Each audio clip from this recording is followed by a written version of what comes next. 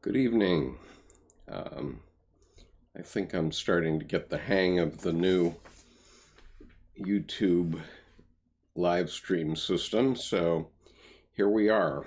And in order to warm up this evening, I have a very short article called Our Beloved Enemies.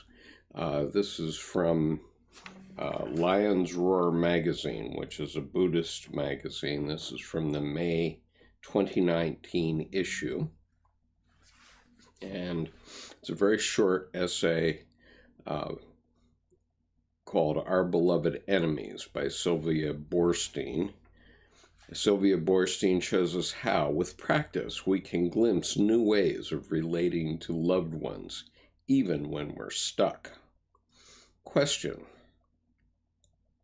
After an argument recently with my partner, our son said to me, "You're both supposed to be Buddhists, but you have more negative patterns than anyone else I know."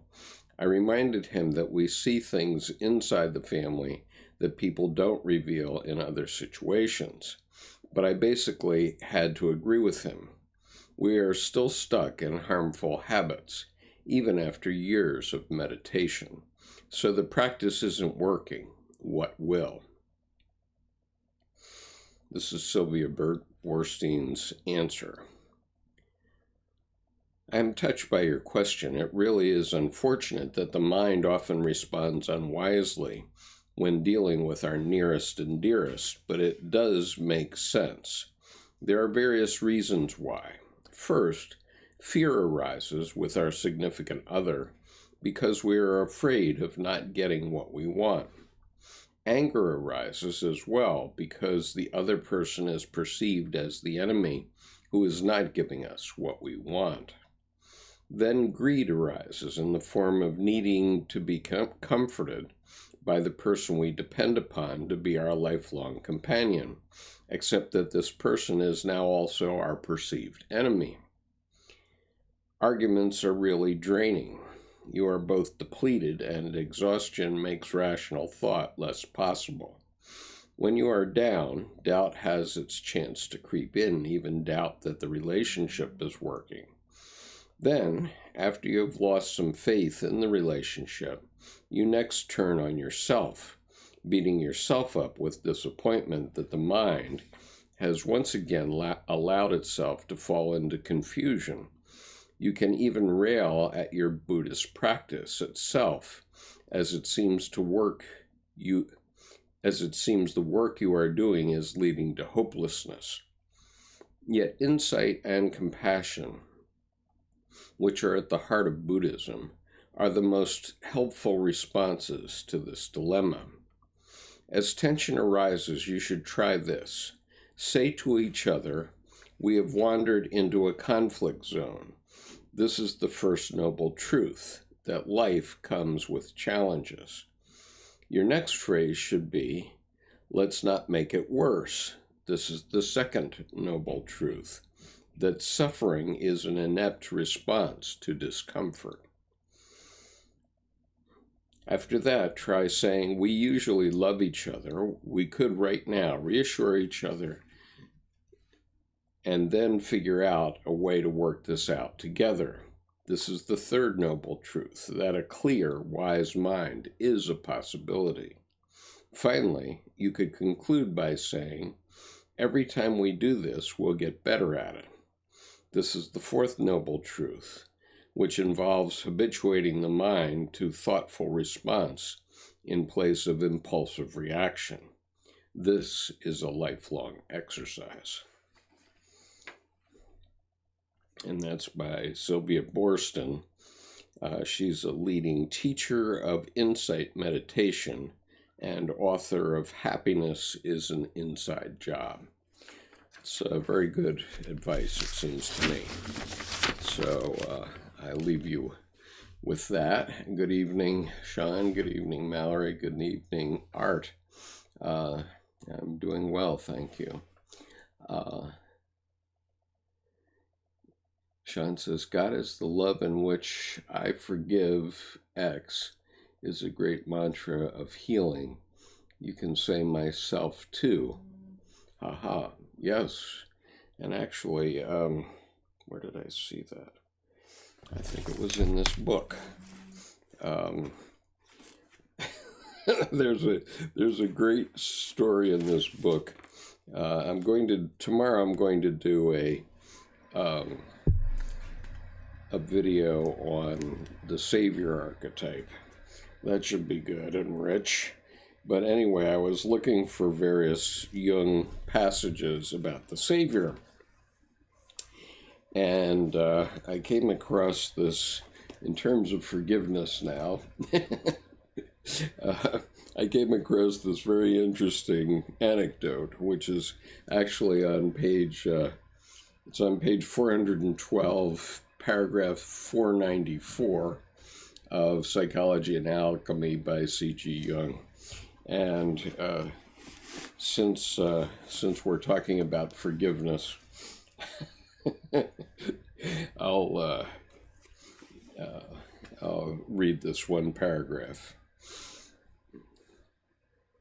The I here is Jung himself. So, I came across a last outcropping of this medieval view of the world in my youth in the form of the following tale. We had at that time a cook from the Swabian part of the Black Forest, on whom fell the duty of executing the victims from the poultry yard destined for the kitchen. We kept bantams, and bantam cocks are renowned for their singular quarrelsomeness and malice. One of these exceeded all others in savagery, and my mother commissioned the cook to dispatch the malefactor for the Sunday roast. I happened to come in just as she was bringing back the decapitated cock, and saying to my mother, quote, "He died like a Christian, although he was so wicked, he cried out, 'Forgive me, forgive me,' unquote, before I cut off his head, so now he'll go to heaven." My mother answered indignantly, "What nonsense, only human beings go to heaven." The cook retorted in astonishment, quote, "But of course there's a chicken heaven for chickens, just as there's a human heaven for humans. But only people have an immortal soul and a religion," said my mother, equally astonished. Quote, "No, that's not so," replied the cook. "Animals have souls too, and they all have their special heaven, dogs, cats, and horses. Because when the Savior of men came down to earth, the chicken savior also came to the chickens, and that's why they must repent of their sins before they die if they want to go to heaven." Next paragraph. The theology of our cook is a remnant of that folklore mentality which saw the drama of redemption going on all levels and could therefore discover it even in the mysterious and incomprehensible transformations of matter. Okay, so that's my amusing anecdote for tonight. Now, this next section of alchemy, of psychology and alchemy, is a real brain buster.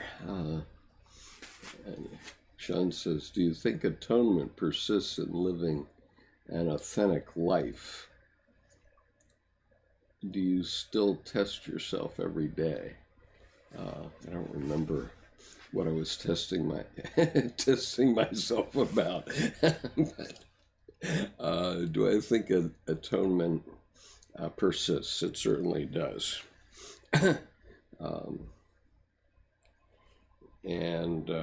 So anyway, this is why people bounce off Jung.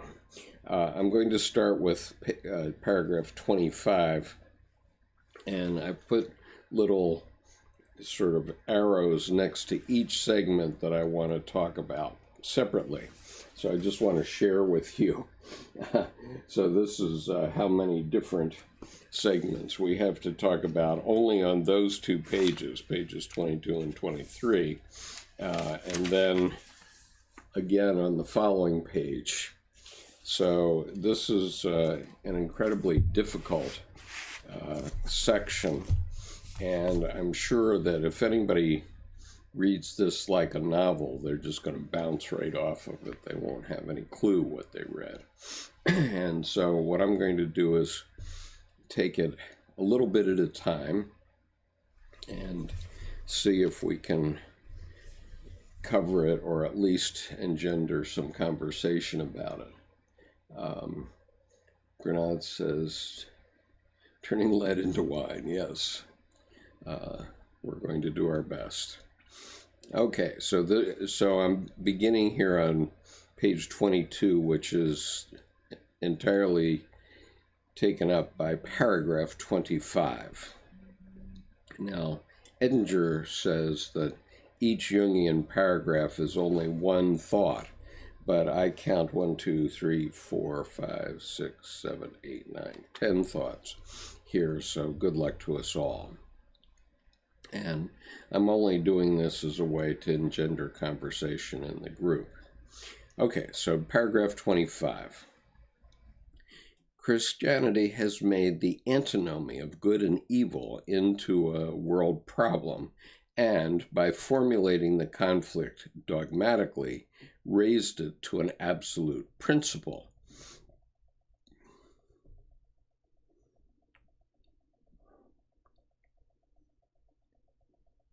Into this a yet unresolved conflict, the Christian is cast as a protagonist of good, a fellow player in the world drama. Okay, I get it. So, with the privatio boni idea, the church wrote evil out of reality and said that evil is only the absence of good, but God is all good. And I certainly agree that it creates a certain inflation because, I've been around the world talking about how wonderful the United States is, especially in the 1990s and 2000s, and long before that, actually, going back to 1962. And so we all think of ourselves as good, and we're doing things for the good. And it's a little harder to say that these days after we've engendered a couple of wars in the Middle East, and one in Afghanistan, and it just makes you wonder. So we have to really think about those things. But I always did go around and talk to people about how wonderful the United States is for doing this or that. And, I often got a snootful. Okay, the other thing I want to mention in this sentence is the word antinomy.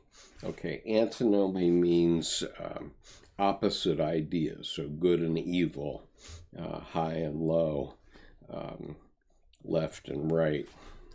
Those are all antinomies, or the opposites. And so this is a term that Jung uses, and he confused me with it for quite a long time because I'd never ran into it until I read Jung. So anyway, that's sentence 1.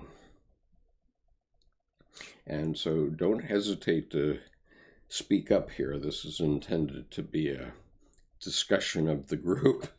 Okay, the second sentence here. Understood in its deepest sense, being Christ's follower involves a suffering that is unendurable to the great majority of mankind. And so what Jung is talking about here is the fact that you're supposed to imitate Christ, and Christ was crucified. So are you supposed to suffer as profoundly as Christ suffered?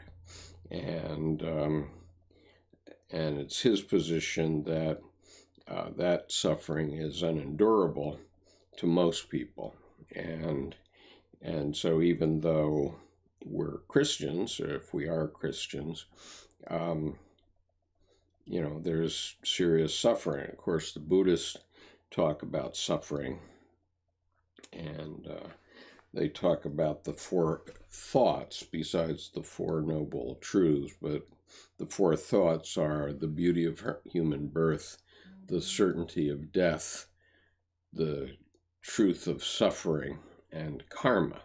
And karma is Buddhist for what goes around comes around. And so anyway, all religions have suffering, but Christ's suffering means you're supposed to imitate Christ, imitatio Christi, but does that mean we all have to go to the cross? And, I felt like I was hanging on the cross any number of times, but I wasn't blaming it on my religion. Granada says, the wars in the Middle East are all about oil and poppy fields. We want to make sure we can get them from the right people at the right price. Yes, I agree with that.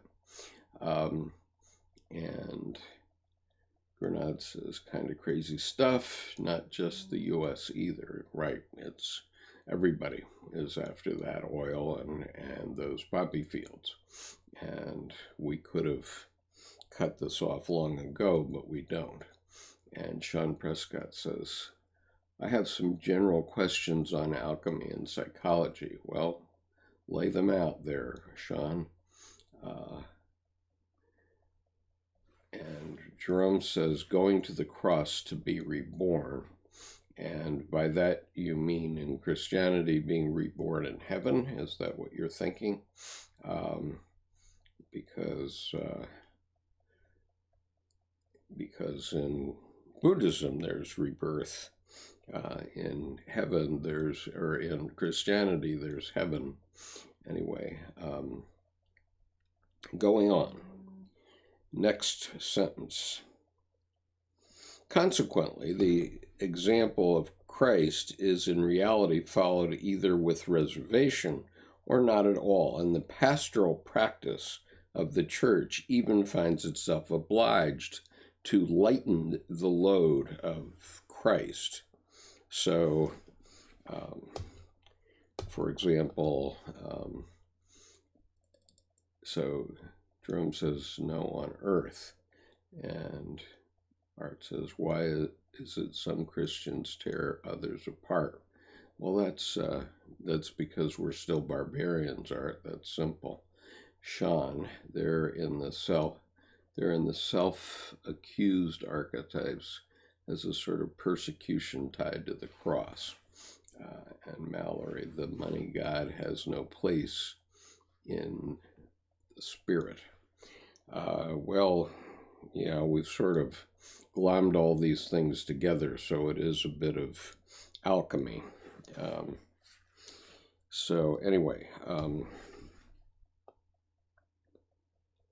So the point about this is that the church lightens the yoke of Christ. And so I heard one interesting point made by one of my local members one time, which was, I asked him if he ever confessed to masturbation in the Catholic Church to his priest, and if so, what was the penalty? And he said yes, he had, and the penalty was 10 Hail Marys, which seemed rather light to me. So that is lightening the yoke, I guess. But I'm not a Catholic, so it's not for me to say what's an appropriate punishment. And furthermore, I'm not admitting that it's a mortal sin.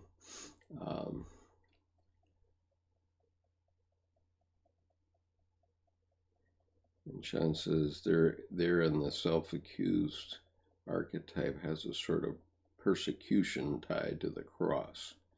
Okay, the money god of the spirit. Sean says, what I find interesting about alchemy is the interaction of the human mind with the material world. It seems if we observe our own minds while interacting with the world, we learn about our mind. Yes, I would say that's true. And keep in mind that right up until Jung's time, people weren't admitting that there was a psyche. And so he had to, in the mid-1950s, in paragraph 751 of Answer to Job, he said, what they don't understand is I believe the psyche is real. And it most certainly is. But people don't want to admit it.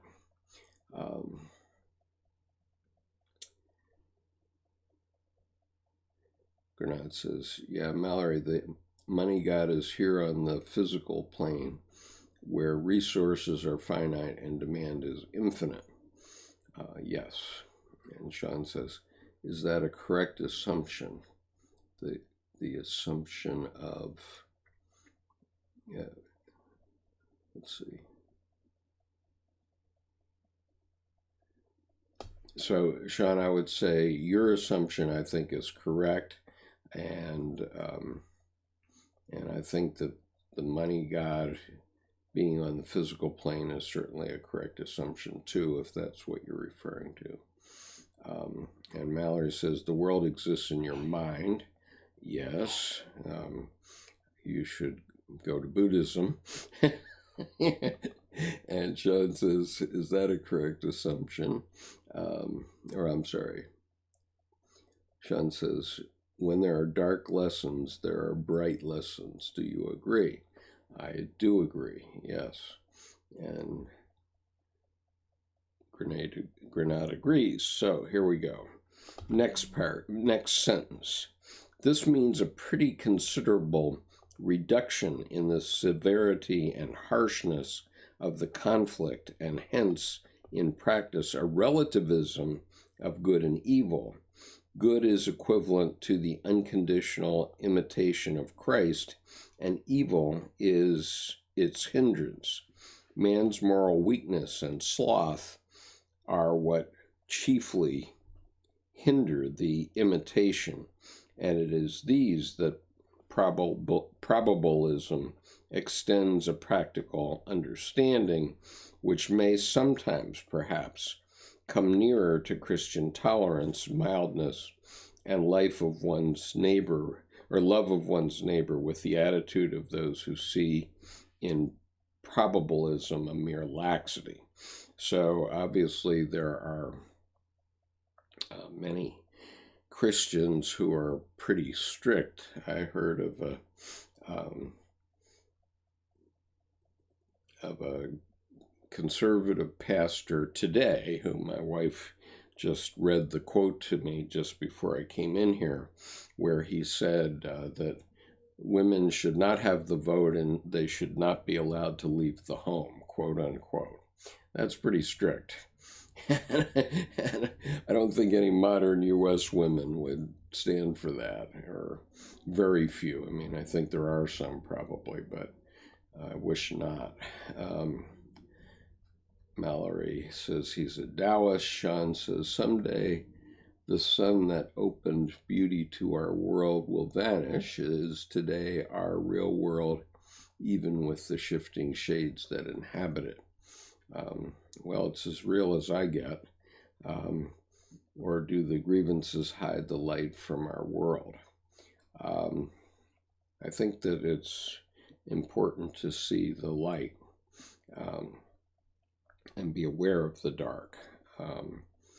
And so Grenade says to Mallory, I love Taoist thought. It helps me balance my rational analytical side.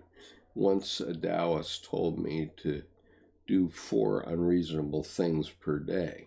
Funny stuff. You know, if you do 4 unreasonable things today, there's a balance because you get 4 reasonable ones back.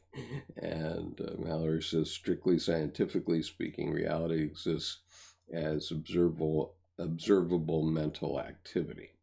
Well, yeah, I mean, I think that we have to understand that our psyche developed to see a certain layer of the physical world. And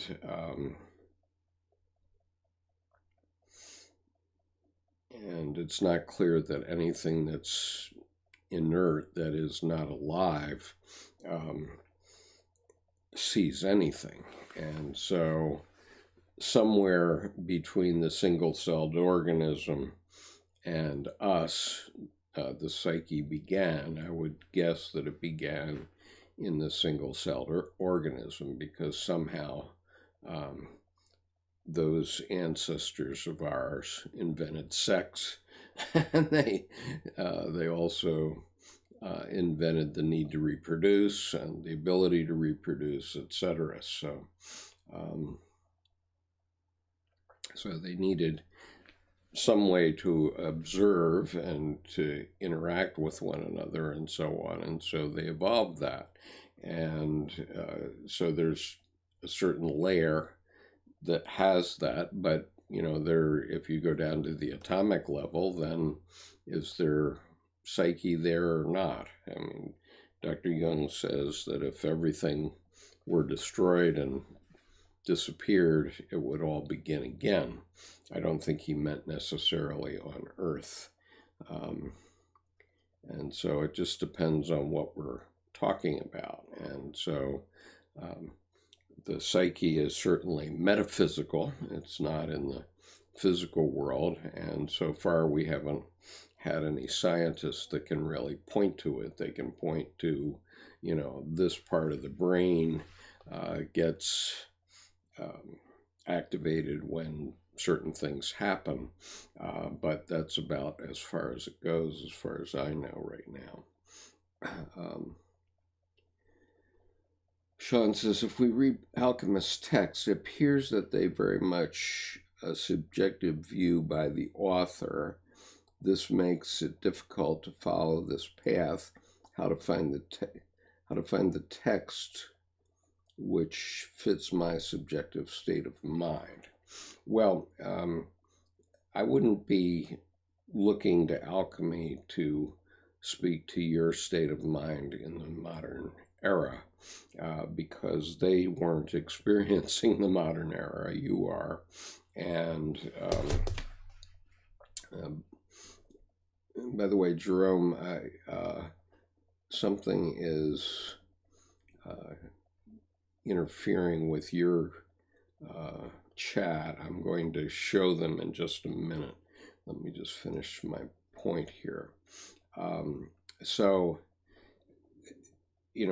this book, when I read this book, my reaction to it was that it was a history of the development of the human mind. And it certainly, when I read it the first time, and I did read it quite thoroughly because I put all these tabs in it at that time, but it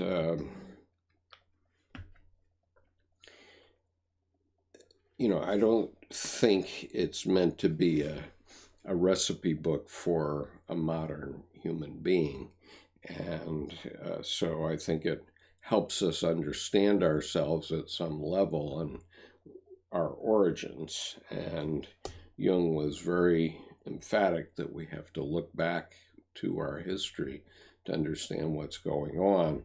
But I don't think it is where you need to go for a recipe book for what's going on in your mind. You need to look at more modern things, or even Jung's things. I find Jung's things do help me just by reading them. They help readjust and rebalance my mind, and that's what I use it for. But I don't think there's a recipe book for it. Sean says, how important to you is an selective memory to free yourself from habits of the old? It depends on what the habit is. I don't have a lot of habits.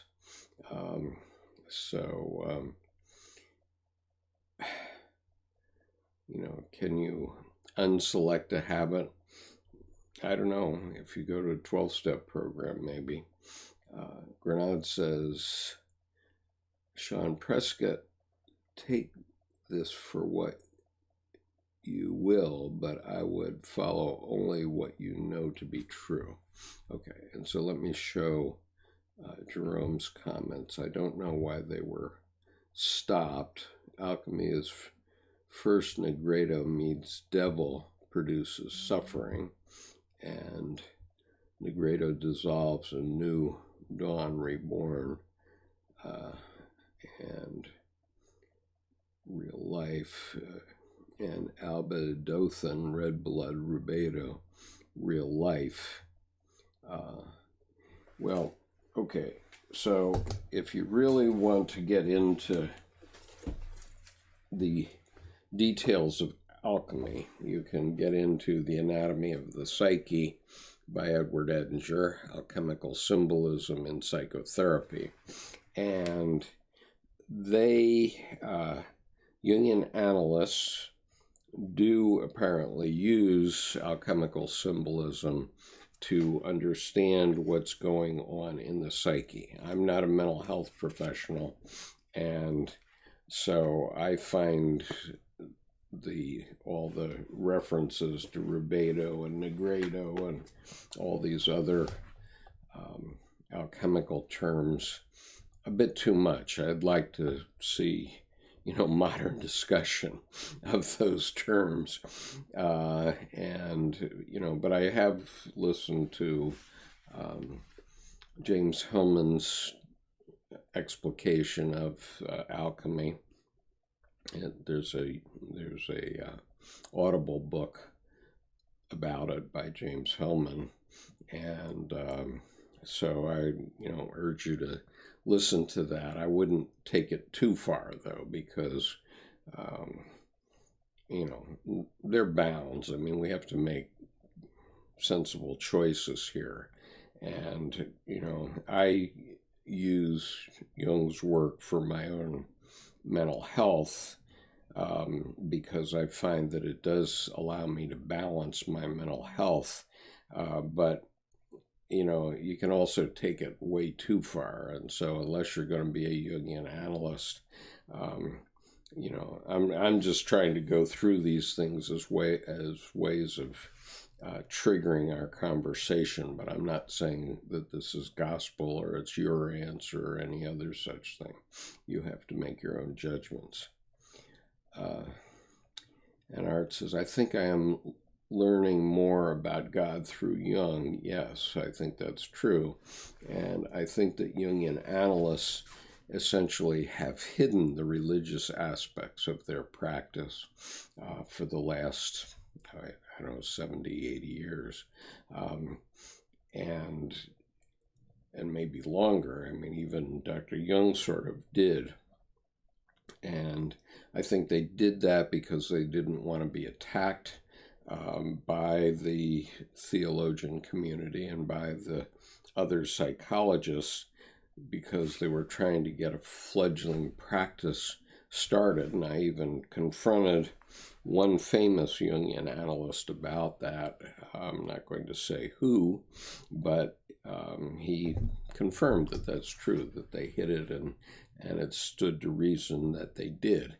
And so if they won't talk about it, finally Edward Edinger did talk about it in his, I think it was in his lecture about encounters with the greater personality, where he said that actually the objective of Jungian analysis is to have you have a religious experience, because once you've had that experience, you don't have to believe anymore,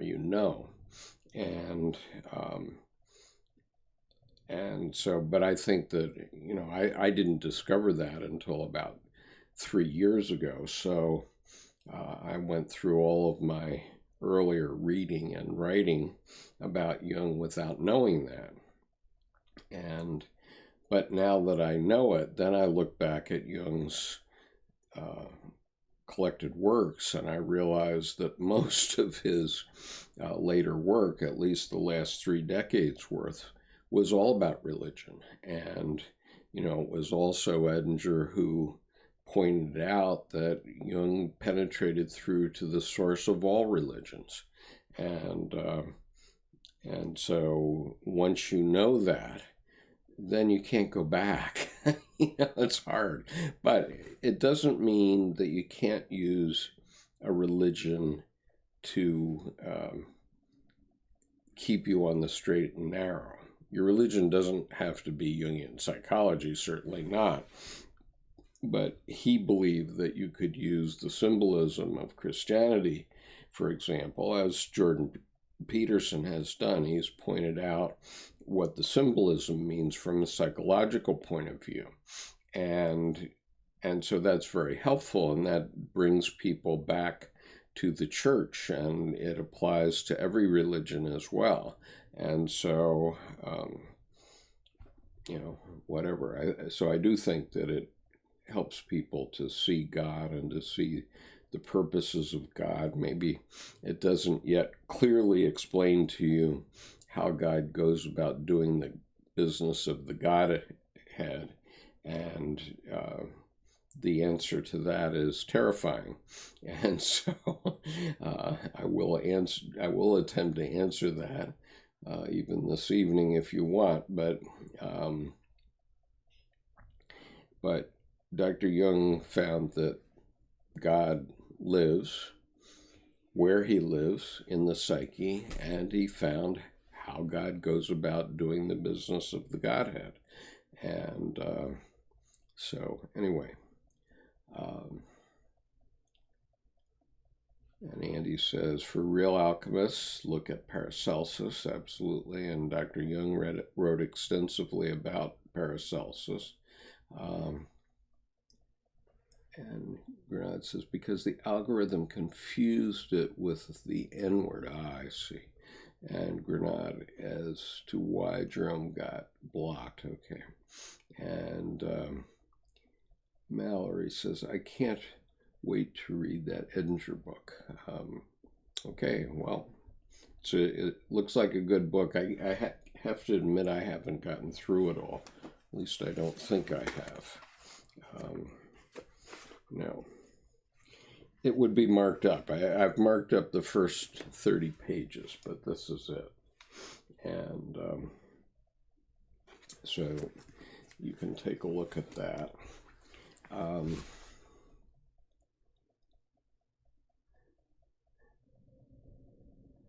then Sean says, thanks for the literature tip, Sean. I thought about the crucifixion some more and developed a new perception of a sort of transcendence on the assault of the ego, a revenge archetype within the self. I'm going to have to think about that one, Sean. Sometimes you come up with some pretty deep ideas. You have stumped me on that, but it may be.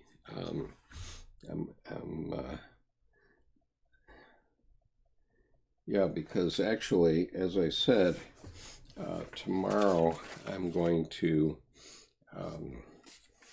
be reading about the Savior and the Messiah archetype, and another writer named Carolyn Meese in a section called Gallery of Archetypes has said this archetype and its related manifestations respond to a need to balance the scales of justice, sometimes by employing aggressive techniques. Attorneys who work for the impoverished and disadvantaged, or who volunteer part of their time for pro bono work, are modern avengers. And so what she's saying is that there is vengeance going back and forth between the self and the ego, and so you may have a decent point there. That's a very good one.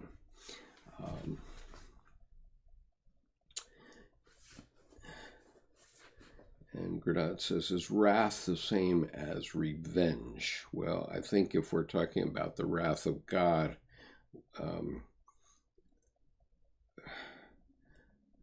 I think if you're talking about human wrath in terms of a human being, then yes. But in terms of God, I think that God, Dr. Jung felt that the metaphysical God is pretty unconscious. And but that doesn't mean that the self and the ego don't have this interaction, which Sean is talking about.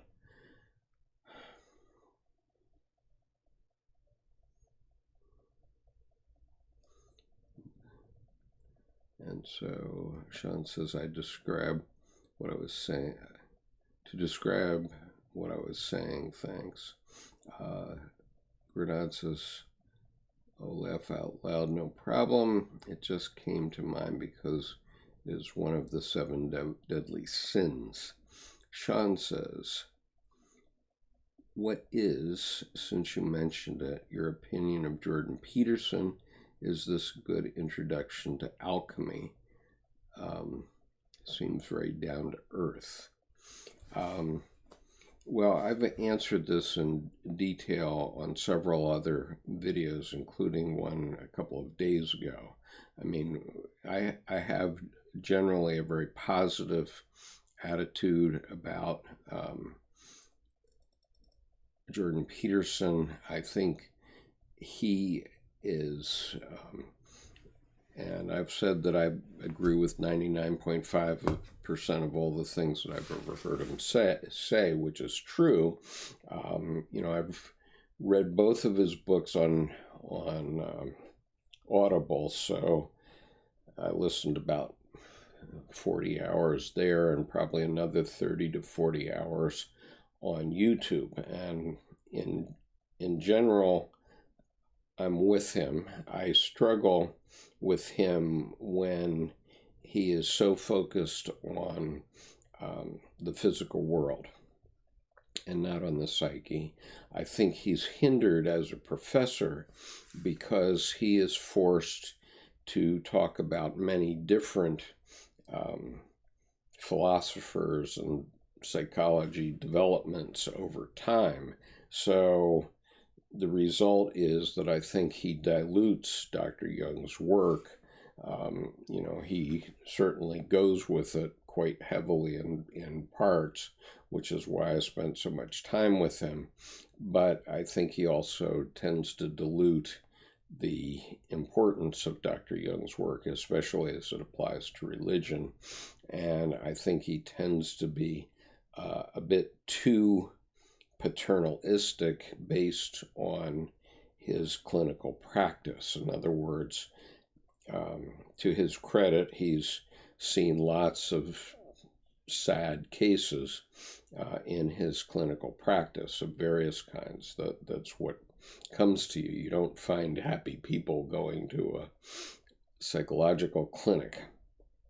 And so he's dealing with other people's hardships and mental difficulties. And so he thinks that, he can give you a bunch of rules based on that. But if you're focusing if you're focusing all your clinical time on people's troubles, and you think, well, if people would only follow this rule, they wouldn't get into this problem. Well, that's all right, but then you get into another problem because the psyche doesn't work that way. The psyche will go around rules, and so it's better for people to understand themselves, I think. I guess that's enough for now. I've addressed this at great length other places, though.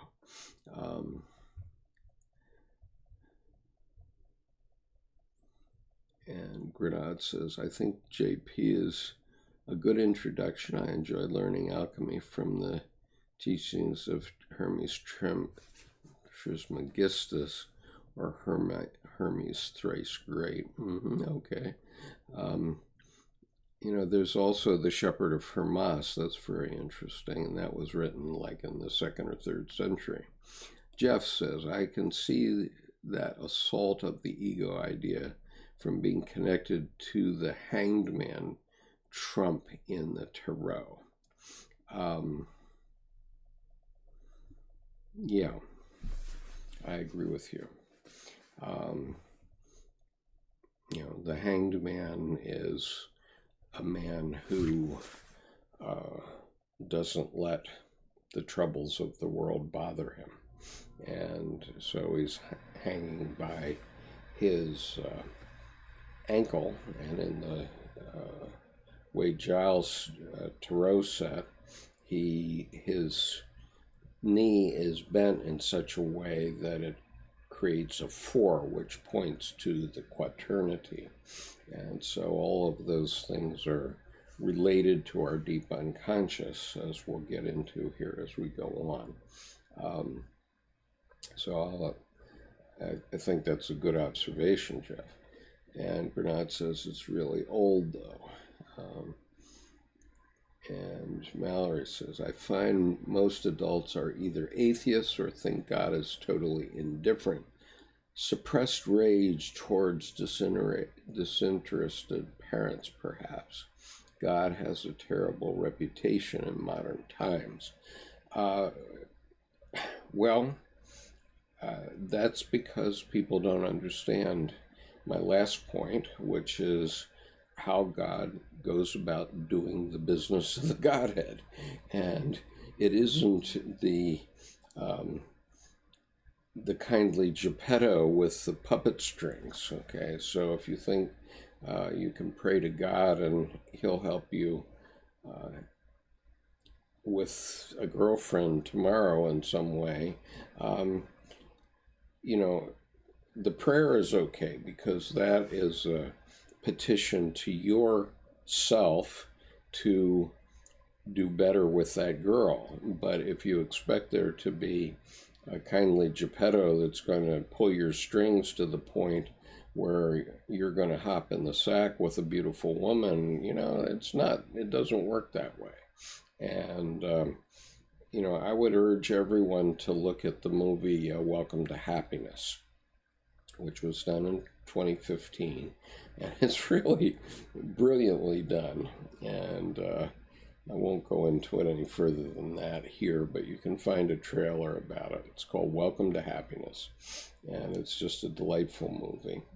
Tor says, JPB should be taken with a pinch of salt. Searching up his critics is maybe a good idea.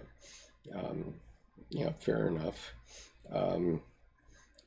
He's serving a purpose, and he started to move a lot of young men who have been nihilistic away from nihilism, which is a good thing, and to his credit. And so beyond that, we have to go on and live our lives after we watch Jordan Peterson videos. And maybe even more people will come watch these. Who knows? Granat says, Hermes Trismegistus could be roughly translated to messenger of the Trinity, or of the gods. Yeah. Honestly, I've not read Hermes Trismegistus, so I'm going to leave it at that. Sean says, do you think God's remedy is already within us all and does not lie in benediction, but something we all possess in togetherness? Yes, certainly that's true. When our hearts come together, we are open. It also happens when our hearts don't come together, because Jung finally acknowledged in a late letter to David Cox, which you can find on the playlist Blunt Psychiatrists versus Theologians. Jung believed that God was the unconscious. Okay, the unconscious is God, in effect. And when major things happen across countries or so on, those are psychic epidemics. I mean, that's what happened in Nazi Germany. It wasn't that there were 80 million people or 60 million, however many Germans there were at that time. There weren't 60 million bad people. Most of them were good Christians. But they got swept up in archetypal strengths and powers that they didn't understand, and it took a long time to get that under control. And we see the same thing in American politics today. It's quite obvious that our current president used the trickster archetype to get into office. And so the question is, will most of us wake up or will we not? I don't know. But there are other archetypes that are emerging in the American collective that are going to be trying to counter those archetypes as they emerge. And the trickster is not always bad. And it could be that, the trickster also causes us to face our shadow so that we can make appropriate assimilation of our shadow and make a better country thereafter as a result. So, as I said in the third session of this group, this is the 120th, but in the third session, you'll find me saying that, I don't know, maybe it'll be good because, we obviously had a lot of things in the shadow of the American population that had to come out so that we can assimilate them. And the people that you agree with or I agree with aren't the only Americans. The people that we don't agree with are also Americans and our countrymen. And we have to find a way to work together. That's one of the reasons why I wear purple shirts quite a bit, because I think the answer is not all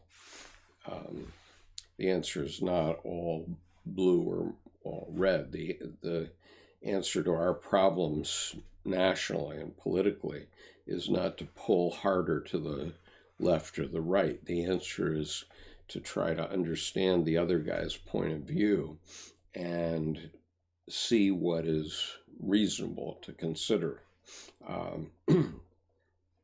And so let me go on.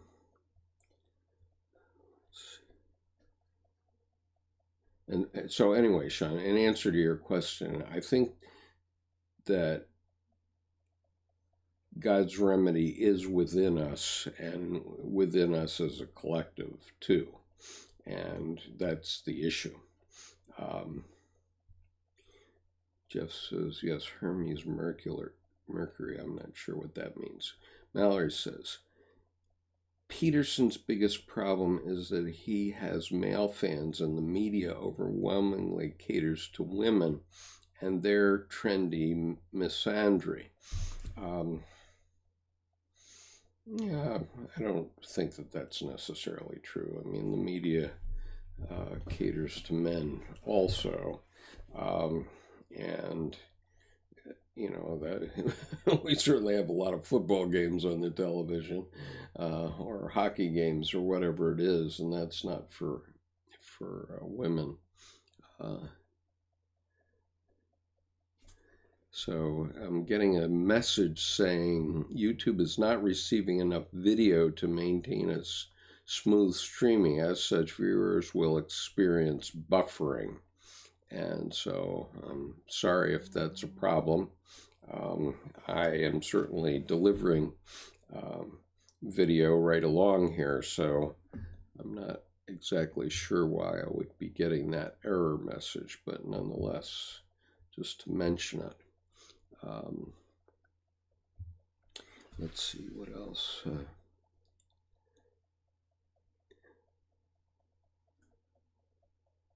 Wonder what that has to do with the collective anima. Okay, sorry, Granada is referring to Mallory's statement about Peterson's biggest problem is that he has male fans in the media overwhelmingly caters to women and their trendy misandry.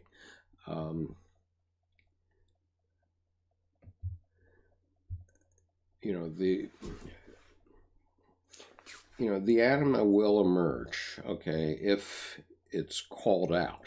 Okay, that's the lesson of this collective unconscious, Archetypes of the Collective Unconscious essay that I read over 4 days in the past week, which you can find in 4 different segments. And it's also in the piece I did about Alexandria Ocasio-Cortez, and to a degree it's going to be in tomorrow's video about Beto O'Rourke and the savior archetype. These are not things which are chosen by people. I mean, you can't decide, okay, I'm going to go out and be the savior archetype and get elected president of the United States or whatever. And it doesn't matter who it is, okay? If it wasn't Alexandria Ocasio-Cortez, it would be another woman who would assume this role this role that's being pushed up from the unconscious, which is the anima. And even if she loses her seat in Congress next time, which could happen, I suppose, or if she goes under a bus, whatever, the unconscious, the collective unconscious, is going to push that archetype up because that's the compensation. And so that archetype is going to affix to another person. I think a lot of people maybe 6 months ago might have thought that archetype is being represented by Kamala Harris, for example, but she's been eclipsed by Alexandria, so we'll see where that archetype goes. But it's something that is pushed up from the collective unconscious, as is the savior archetype. And so I'm not trying to say anybody is a savior. I'm trying to say I'm observing the collective unconscious. Now, mind you, I wrote a book called Political Psychology, New Ideas for Activists in 2014. And so I've been thinking about this stuff for a long time. And Jung would say that the collective unconscious is pushing these archetypes up, and they manifest in individual people, but it doesn't mean that you can go pretend that you're the anima of the nation and it will be recognized as such. So I'm only trying to make you sensitive to the fact that these forces are at work in the unconscious, which God refers to, Jung, and there's a Freudian slip, Jung refers to as God. and it's not only in women, it's in men as well. So, and it's in both the GOP and the Democrats, because the activities against Alexandria are just as significant in pushing her up out of the collective unconscious as her supporters, probably more so. And so that's the way it works. Okay, so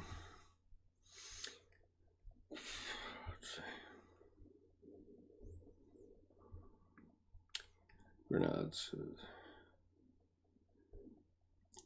Sean says, Skip, I think when you point to the sky, it's not God, but it's the symbol of the self.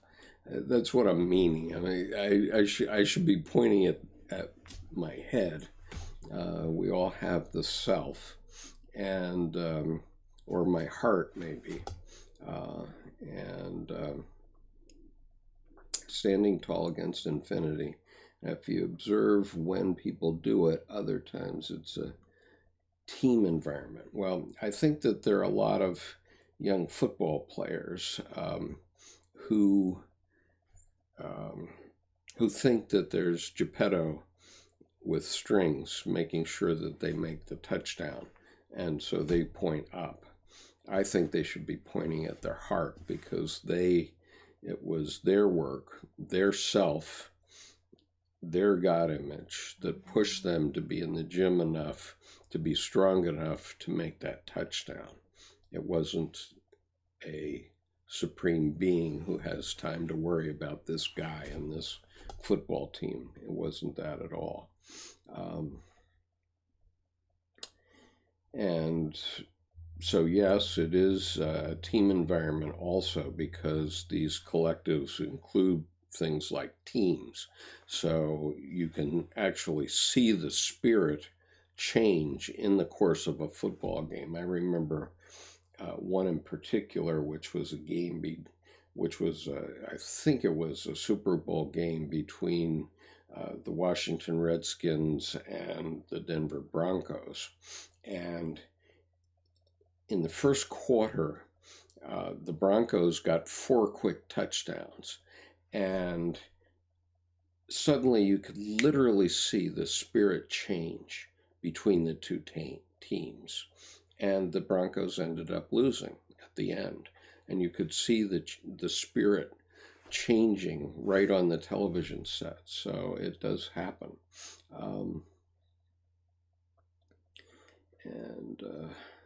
One self, one team, sure. Grenade says, synergy is good. Sean says, it's so rare that any of us exists. All good on my end, no worries. And yes, it's certainly a miracle that we're here together. Just imagine what has gone into making this possible. I mean, just thinking through the technology that makes this possible is incomprehensible. But then there's the fact that we're all different people, and why are we all here tonight? We have about 15 people here who are currently interacting on this live stream. And if history is any indicator, that this session will have been watched by more than 100 people by tomorrow morning, because it will be seen by people in Europe as well. Bernard says synergy is good. Sean is okay, we're on. Info overdose. Hello, info overdose. And Tor says, an observation about the political divide. There is little difference between Tories and Labor, Republicans or Dems.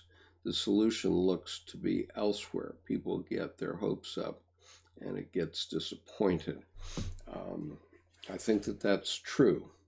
And so we have to work on that. Obviously, that's an issue. And how that gets resolved is certainly a big issue. And it gets resolved in the collective unconscious. And we get the result, what God wants, on election day every year, or every 2 years, whenever it is that you have an election. And the collective ended up giving us our current president, for example. And the collective also ended up giving Europe World War I, as an example. And even we in America, who are separated by the great moat of the Atlantic Ocean, still had 200,000 men killed in 1 year in World War I. Mind you, the Americans were only in that war for 1 year, or a little over a year, maybe a year and a half. And so Jeff says, certainly their methods of criticism are quite similar. Bless these archetypes for challenging us to learn. I suppose pointing at the sky is similar to pointing to the head, since the sky is air and symbolically thought is of the air element. Okay, that's fair enough. Jerome says, yes, be sensitive to charismatic types if you are attracted. The antidote is to withdraw your projections. If you meet the Buddha on the road, the rest of that quote is kill him. In other words, if somebody is pretending to be something, pretty certainly he's insincere, and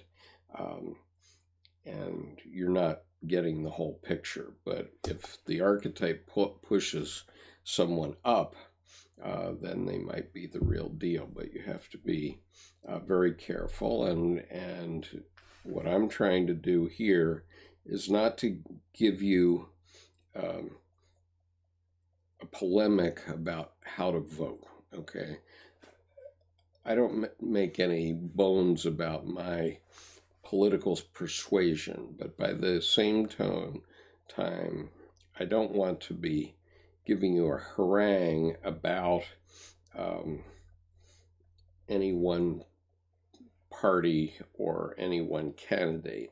You have to make your own decisions, just like you have to make your own decisions about Dr. Jung's work. I'm only presenting it. You decide whether it's useful to you. But what I'm trying to do is to sensitize you to looking at events in a different way, because certainly until I started to study Jung and Edinger, I was never thinking about the idea that the 175 million deaths in the 20th century, violent deaths, were the results of psychic epidemics. But as I've learned more and more about this, I certainly believe that they are psychic epidemics. And I also believe that they're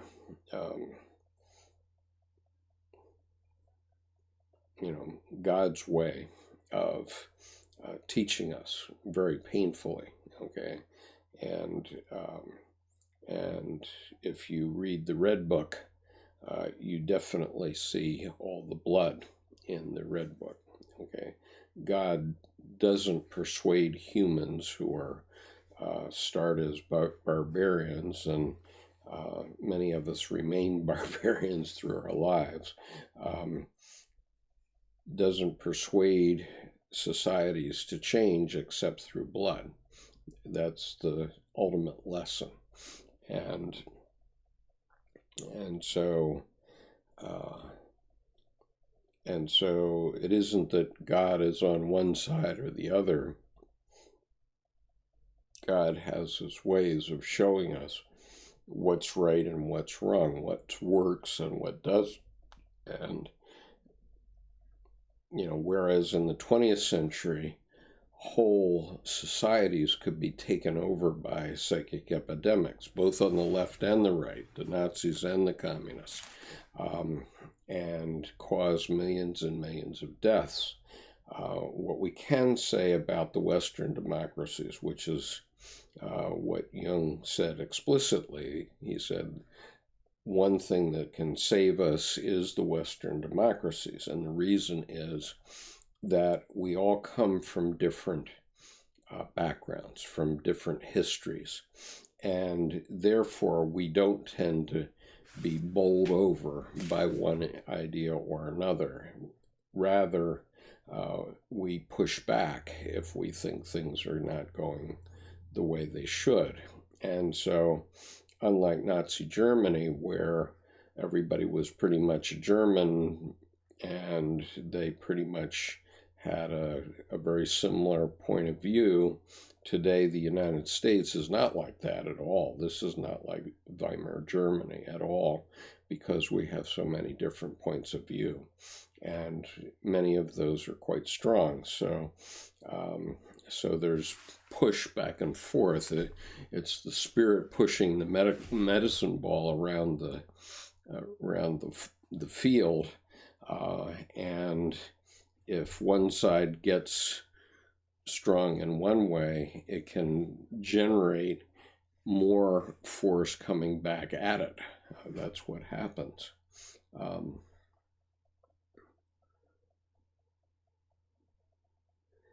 And Sean says, I know a psychic fact. All living hearts live with anticipation of the self, and I agree with that. It just came to him, and I think that's another Sean quote that we need to have, that you need to be keeping a list of, Sean. You got a book coming along here. And then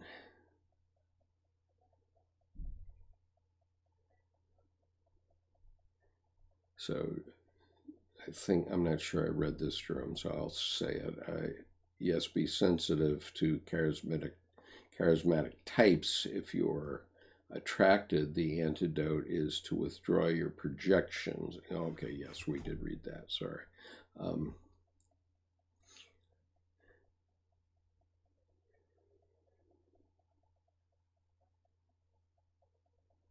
Jerome says you can even say it's an instinctual drive seeking completion. Right, and if we get more than halfway through this paragraph tonight, we may hear Jung saying it, because it's a compensation. All opposites tend to compensate one another. Conan says, disintegration anxiety fuels the search for what holds us together, still trying to find doors to immortality.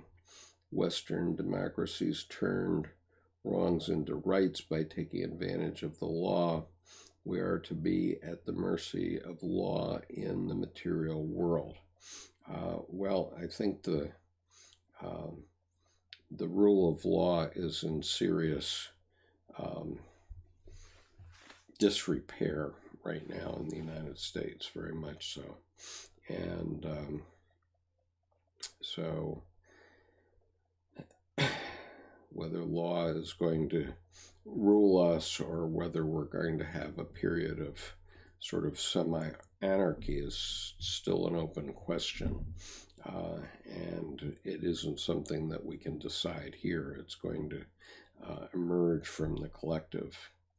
And Jeff says the Rosicrucian Max Heindel wrote of the same things about America and how it was to be a harbinger of the leaving behind of nationalistic ideas. Or similar, rather. I came late. Which paragraph were you reading? I'm about halfway through paragraph 25, Jeff. Okay, so, but I do agree with your point. In other words, the reason, in my view, and I actually did a conscious study of this with people all over the world for a 15-year period, from the year 2000 to the year 2015, basically. And in my international career, I've been around the world many, many times, but consciously between 2000 and 2015, I consciously asked the question, what one factor above all others made the U.S. what it is today in terms of world power and world economics? And the answer, and it's a stump the stars question, almost no one was able to even give an answer. Most people just go, bob, bob, bob, bob, and they have no idea. But the answer that I came up with finally is that the diversity of the United States, the fact that we have people from every society, has meant that all the good ideas that emerge in the world get adopted by Americans, and the bad ideas get argued out of the system, mostly peacefully. Okay, we did have a civil war once, but since that civil war, we've had so many new people come into the country that everybody now thinks we know. Americans think we know in our heart what it is to be an American, and yet probably every one of us has a different idea somewhat. But what I believe is that God, in the sense of this collective unconscious, is pushing forward the best ideas. So, for example, the whole state of North Dakota is filled with Indian doctors. Now, why are they there? They're there because that's where they could get residencies when they came to the United States. And so what happened? The United States imported the best brains from every country in the world, or many of the best brains, the people that had gumption and wanted to do something different. And so the countries that hold themselves back by keeping uniformity fall behind. Inevitably, they fall behind. And even though a monolithic group like the Japanese can get ahead for a period of time, they get knocked back. And so they were looking extremely powerful in the 1980s when I was living in Japan, extremely powerful. And it looked like they were taking over the world auto industry, etc., which they largely did in point of fact. But the way they had financed their country after World War II was a house of cards. And so when I was there for 5 years, all of our bills were paid by promissory notes.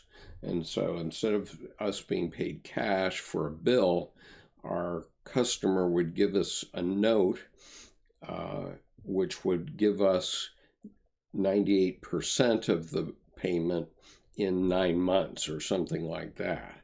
And so the whole country after World War II was built up on these promissory notes. And the result was that when it got built up high enough so that the stack of cards was big enough, it all collapsed at the end of the 1980s. And so Japan had a horrible economic turn throughout the 1990s. It's slowly working its way back up again, but we all have to be conscious of these things.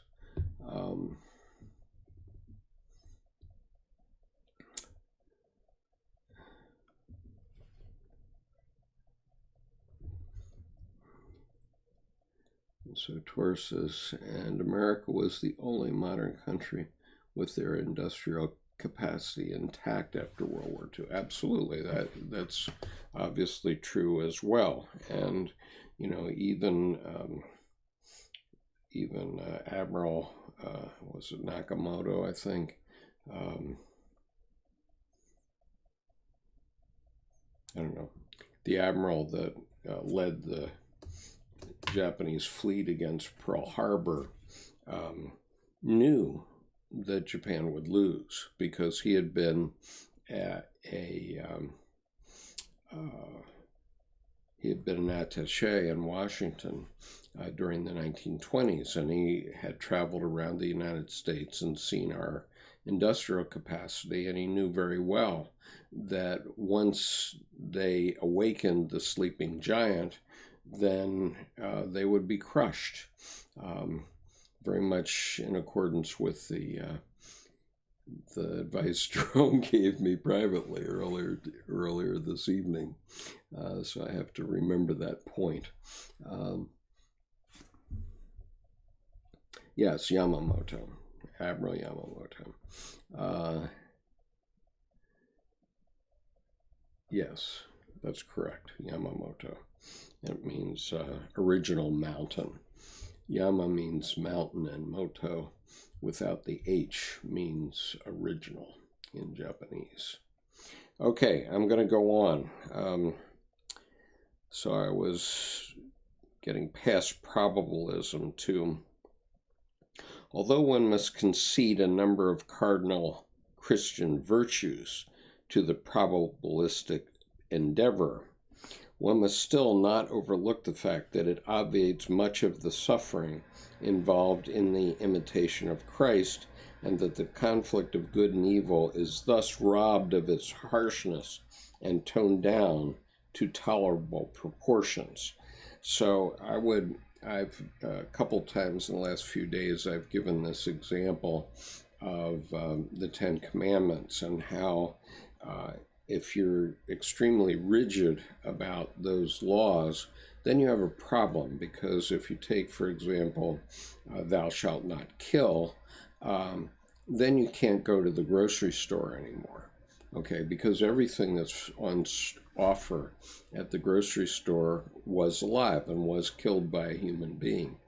And so, you know, there has to be some give in these things. And, you know, even the idea of thou shalt not commit adultery, you know, these things have to be on a sliding scale, because obviously the most extreme examples, or example, let's say, was Lady Randolph Churchill, who was Winston Churchill's mother, and Lord Randolph Churchill, who was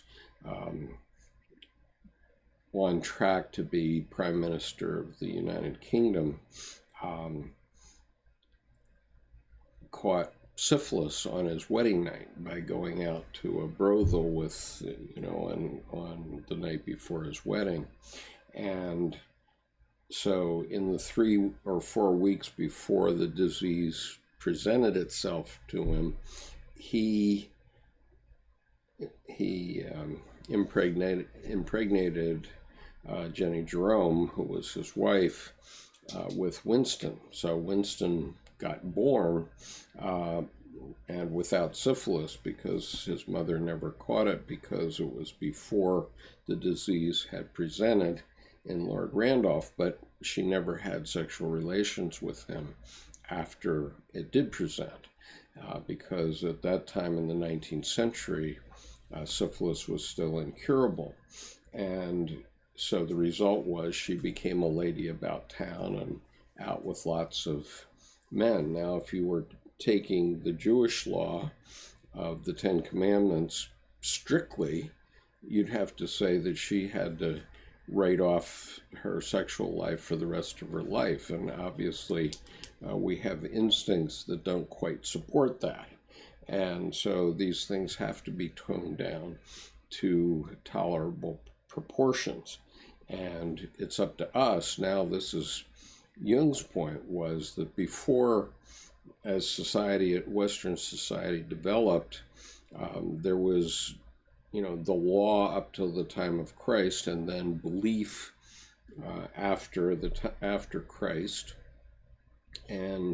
But now, after the scientific method has punched holes in all the myths of Christianity, now we have to decide for ourselves. So we have to look to our own psyche for morality. And it's there. And, you know, everything that you can see in the room you're in right now, including me and everything behind me, everything is there because of the good. In other words, some engineer or inventor or writer or what have you has created every single thing, and it wasn't pushed out of the system because it was bad. It was good, obviously. Everything that you can see is within your view, including yourself. Okay, you're you were once you were once a twinkle in your father's eye. Okay, so all those things came from the good side, theoretically. Okay, and the bad didn't come through, because we can't say, oh, well, this half of my room is all bad things. We don't get things that are bad for us, at least not intentionally. And so the point is that we have to look at ourselves and look into ourselves to understand what's appropriate to be brought into society and what isn't. Okay, let's take let's take something that everybody thinks is really horrible, which is pornography. And the fact is that there are legitimate purposes for pornography, and men do use it. Okay, whether you admit it to anybody else or not, you don't have to admit it. I'll tell you, I do. But the issue is, then there's certain things in the pornography that's available on the internet which are bad for society and inappropriate abuses of women, no doubt. And so those things we can't bring into our society. We have to make our own judgment about what's reasonable to bring into society and what's not. And so if we take Playboy magazine as an example, okay, when that came out, that was, shocking, and very, very big deal. But today nobody thinks twice about Playboy magazine. And after all, we are animals, and we have a physical life to us. But there's some pornography that floats around in hyperspace that is very definitely abusive and not things we want in our society. And so all of us have to make a judgment about what should be in our society and what should not. And, that's the sort of thing that I'm talking about. Okay. Let's see. Sean says, there seems to be a meta-narrative of being possessed by anger. It's funny that it's a possession, because when we see ourselves angry, we immediately start to cool down. Yeah, I think that's right. And the observer effect can change fate a wholly instant. I'll give you an example of that. I mean, I every so often in my 20s, when I was active duty Marine Corps officer, I would blow up. Once a year, I would blow up entirely. And then I would look back on myself and say, wow, that was not good. And, but those experiences, fortunately, I didn't blow up with my Marines ever, because officers that did that often found a bullet in the back of their heads. But, I did do it I remember specifically in an auto dealership one time when they wouldn't give me credit to purchase an automobile. And I said, well, I'm an officer and gentleman by act of Congress. You have to give me a loan. And they said, no, we don't. And I was furious. I'm still mad about that. But it was a possession when I screamed at the guy about that. And let's see. Conan says, proud of you there. Tor says, porn is art, not all porn, but some of it. Well, certainly, it's all art. But the question is, some pieces of art shouldn't be in society, and we all know it. And I don't have to be more explicit than that.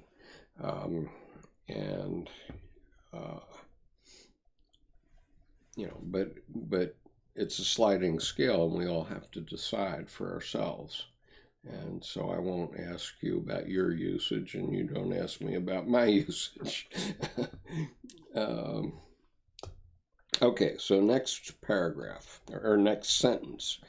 This brings about an approach to the psychic archetype of the self, where even those opposites seem to be united, though, as I say, it differs from the Christian symbolism, which leaves the conflict open. For the latter, there is a rift running through the world, light wars against night, and the upper against the lower. The two are not one, as they are in the psychic archetype.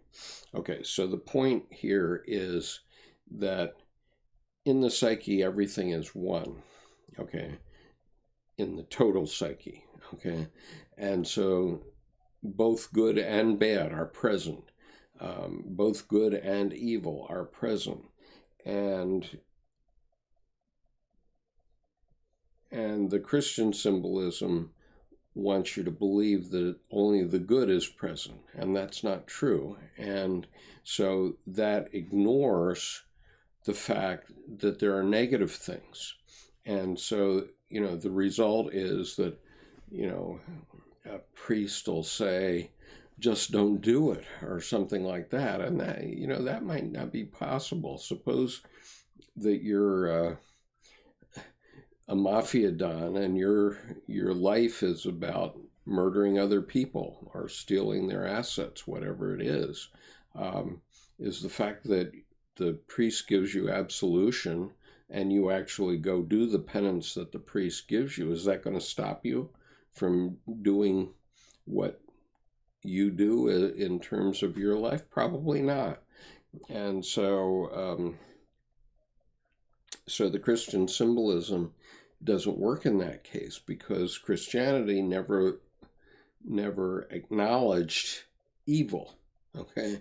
And because it didn't acknowledge evil, lots of evil things were allowed to develop. And we saw that, the 20th century was the most evil century in human history. I mean, a lot of us would like to think it was the Roman legions and gladiators and that sort of thing. But, the evil of the 20th century made those guys seem like kindergartners by comparison. Okay, so moving on.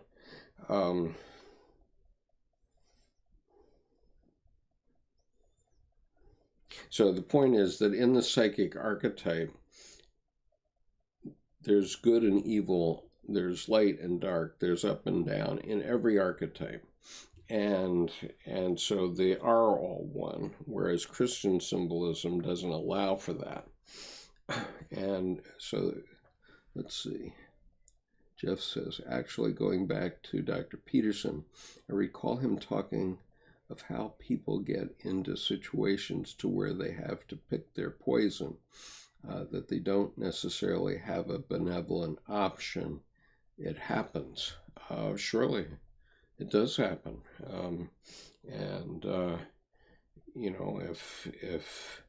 This didn't happen to me face to face on the battlefield, but it did happen to a Marine that was 30 yards away from me. And he came face to face with an enemy soldier, and he had to look him in the eye and shoot him dead. And so, was that Marine a good Christian? I think he probably was.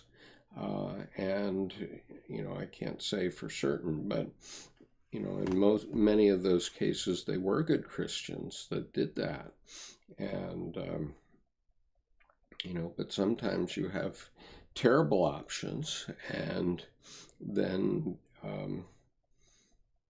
you have to do something, and you have to choose between two bad choices. Either this guy is dead or I'm dead. And if I'm a better trained Marine, chances are I'm still going to be alive and the other guy isn't. And Conan says, that's why I value Mate over Peterson. I haven't seen that much of Mate's work, but what I've seen of it, I certainly respect. He has done a lot with addiction, and obviously there are issues, especially for men who have served in the military, and certainly women who serve in the military also, but there's so many more men. It's hugely a male problem still, and that is why doesn't dear old dad talk about the war? Okay, and there are a lot of good reasons why that's true. I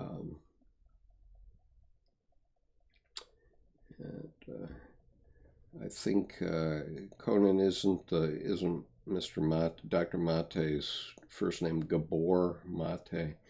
He's done quite a number of videos online also, and if you'll put his correct name on the chat, that will be helpful to others.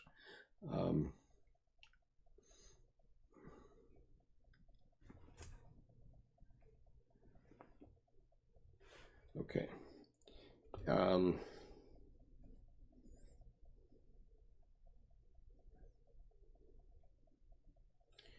Okay. So going on with the next sentence. But even though religious dogma may condemn the idea of two being one, religious practice does, as we have seen, allow the natural psychological symbol of the self at one with itself and approximate means of expression. And what he's referring to here, which later comes up in Answer to Job. So this was written, in Ion. This was written in the 1940s. And later in the 40s or early 50s, Dr. Jung wrote Ion. And chapter 5 of Ion is Christ as a symbol of the self.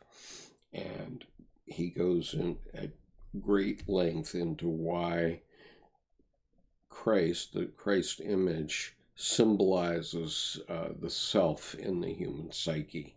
And I'm not going to go into that here. I've already, if you're interested in my detailed analysis of that, I did a seminar for 8 months last year on Ion, and you can join our advanced reading group. Send me an email to skip.conover@gmail.com, and I will get you going in the advanced reading group. But we have 32 videos in there on Ion, including several sessions that we did on Christ as a symbol of the self. And so if you want to go into that in detail, that's the place to do it. We also now have 7 sessions on Mysterium Conjunctionis. This Wednesday we'll be doing our 8th session on that. So we'd love to have additional members. We currently have about 50 people that are signed up for the advanced reading group, although we do it on Zoom, and we normally have only 5 or 6 that are able to take the time in the middle of the day. I do this expressly at 1:30 p.m. U.S. Eastern Time to allow for Europeans to participate live. So it allows for Americans. One of our members is a regular participant, and he is a businessman here in Iowa, but he is there from his office every week. And we have members from California, so we can reach all the way from California to Europe with the live Zoom, and that's why we do it at that hour. But many of our participants follow up with playbacks.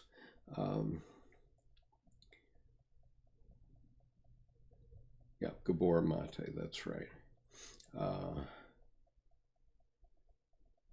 so, okay, going on. So the point that Dr. Jung has made in this sentence is that Christianity gives an approximation of the self, but it doesn't quite get there. Okay, and that's the issue. We're going to get into that issue with trinities and quaternities here in a minute, or probably in a couple of weeks. But in any case, that's the meaning of this sentence. So the next sentence: on the other hand, dogma insists that 3 are 1 while denying that 4 are 1. Since olden times, very next sentence, since olden times, not only in the West but also in China, uneven numbers have been regarded as masculine and even numbers as feminine. The Trinity is therefore a decidedly masculine deity, of which the androgyny of Christ and the special position and veneration accorded to the Mother of God are not the real equivalent. Okay, so his point is that the Trinity isn't really there. Let me explain why this works now.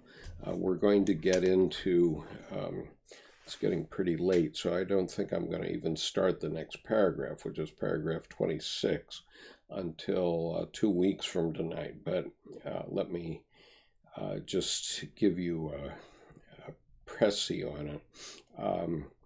There was an alchemist named Maria Prophetessa who lived in the 3rd century after Christ. And she stated an axiom that came all the way through all of alchemy for 1700 years. And that axiom is 1 becomes 2, 2 becomes 3, and out of the 3rd comes the 1 as the 4th. Okay, so what does that mean in the modern context? What it means is that everything that we're talking about in Jungian psychology, where there are opposites, is thesis, antithesis, and synthesis.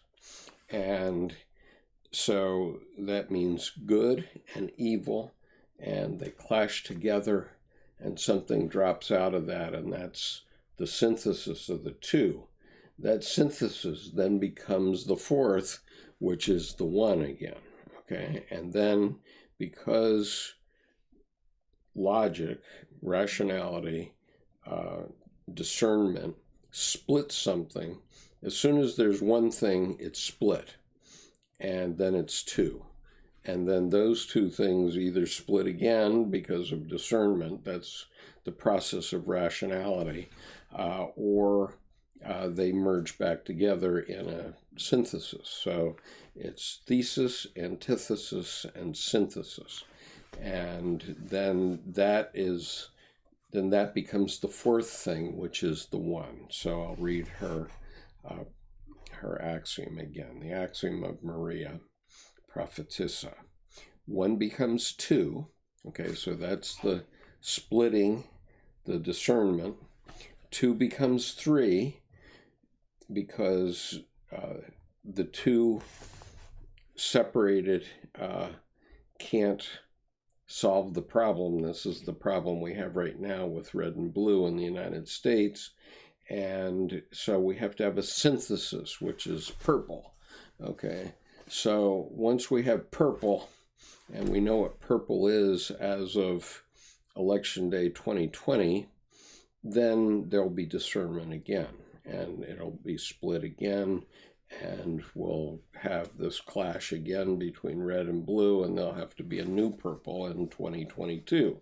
Okay, and so so if you think of it that way, then red is the thesis, blue is the antithesis, the synthesis is purple, which is determined on election day, and then that synthesis becomes the fourth, which is 1 again. So let me read it one more time. 1 becomes 2, 2 becomes 3, and out of the third comes the 1 as the fourth. So the purple is the 1 on election day. That's the color of the collective unconscious of the United States on that specific day.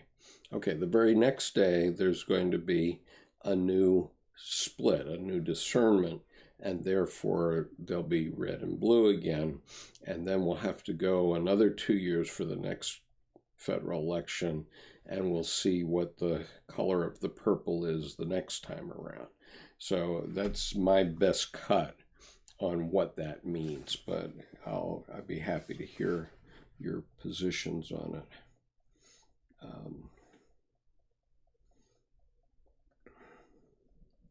So Jeff just ordered Edinger's book on Mysterium. Yes, it's a very, very good book. We've been using it heavily in the seminar. And Jeff says, Skip, I followed your recommendation of Emma Jung's Grail Legend. I remember the chapter dealing with the Trinity and the fourth. Thank you for recommending that book because I hadn't heard of it before. You're quite welcome. I'm glad that you liked it. I actually didn't remember that there's a chapter on the Trinity and the fourth in that book. I read it a while ago, but I still have it in reach here. So maybe I should look at that before next time. So next week is our monthly local reading group meeting, which I promised to my local members.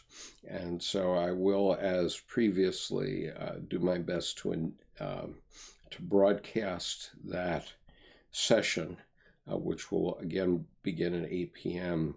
next Monday night. But it will not be a continuation of Psychology and Alchemy. Now, at the rate we're going, which is 1 page a night,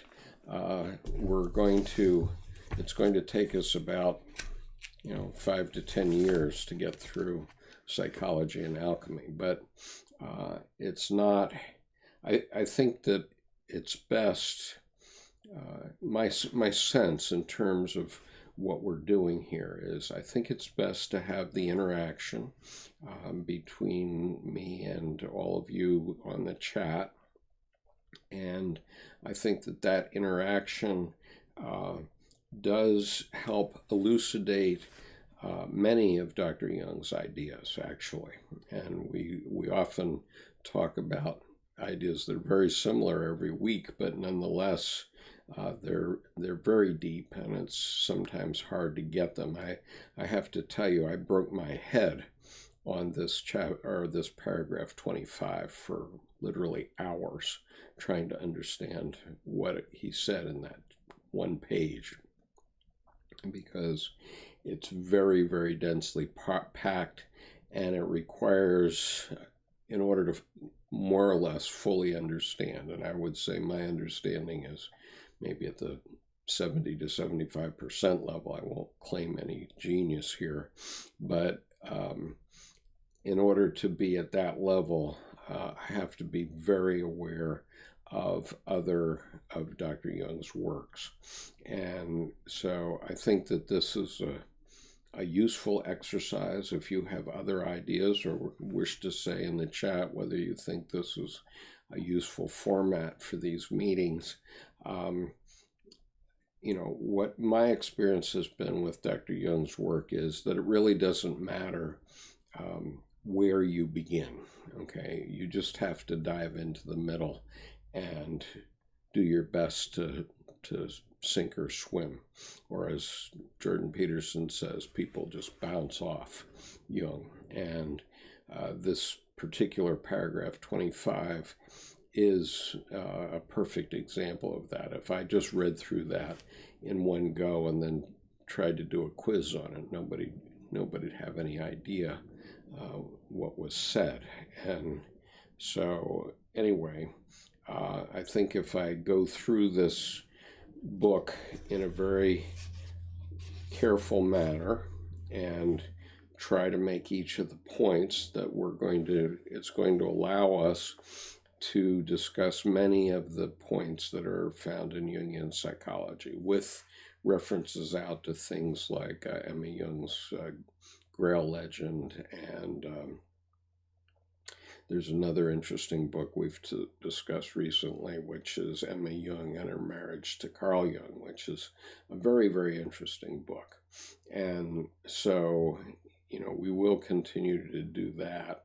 But, you're free to send me email if you think we should follow some other format.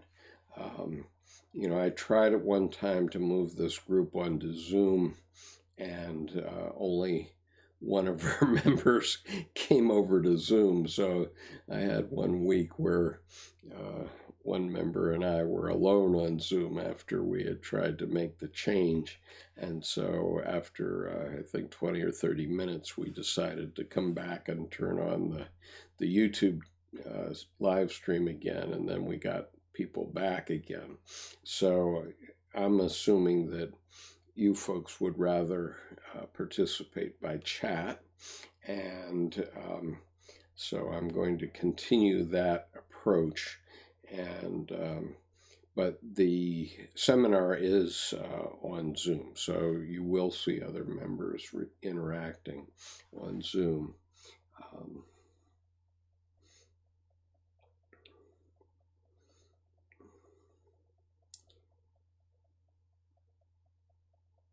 Let's see, Jess, Skip, I followed your oh, okay, we're there.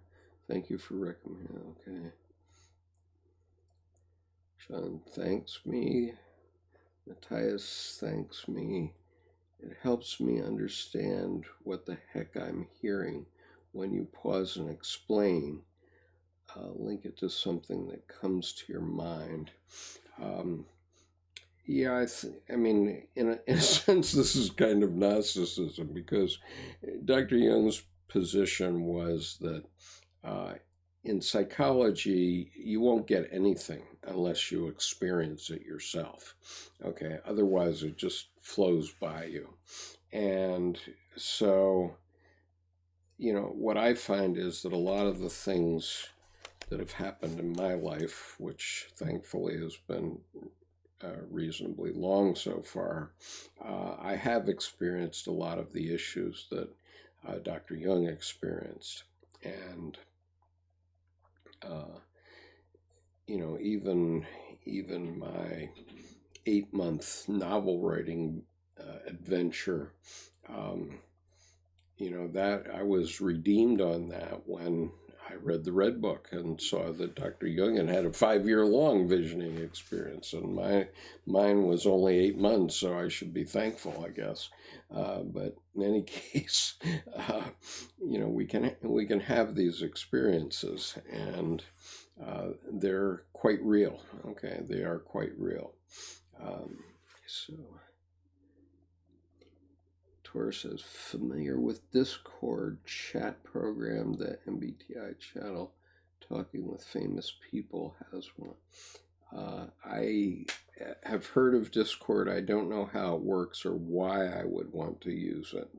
But if you could write me an email that explains why I would use it. I know that some of my followers and interactors, especially Stephen Fox and James Dowling, who are go together as Uberboyo, and I'll be reading this email from Stephen on the Messiah archetype. This is Stephen's cut on it, which is quite brilliant. And so I like their work very much. It's called Uberboyo, and it's a YouTube channel. I urge you to take a look at it if you haven't, and you can see an interview between me and Stephen and James on this YouTube channel. I did it a few weeks ago. And I have created a playlist now called Interviews, which I think you can find on the homepage of the YouTube channel. So there is one interview with Uber Boyo. I urge you to take a look at their, they have done a number of videos now about, they're all live streams, and I think there's 15 of them now on Ion. And their approach to it is quite fresh. It's definitely generational. It's way more exciting than my approach, my old man's approach. But they're terrific. So I know that they use Discord. So I'll be interested to know about Discord.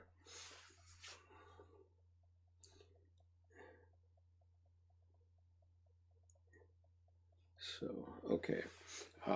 So I'll when I get some time, I'll look into Discord. But if you want to send me an explanation about why you think it's good, that would be helpful. I also need to look into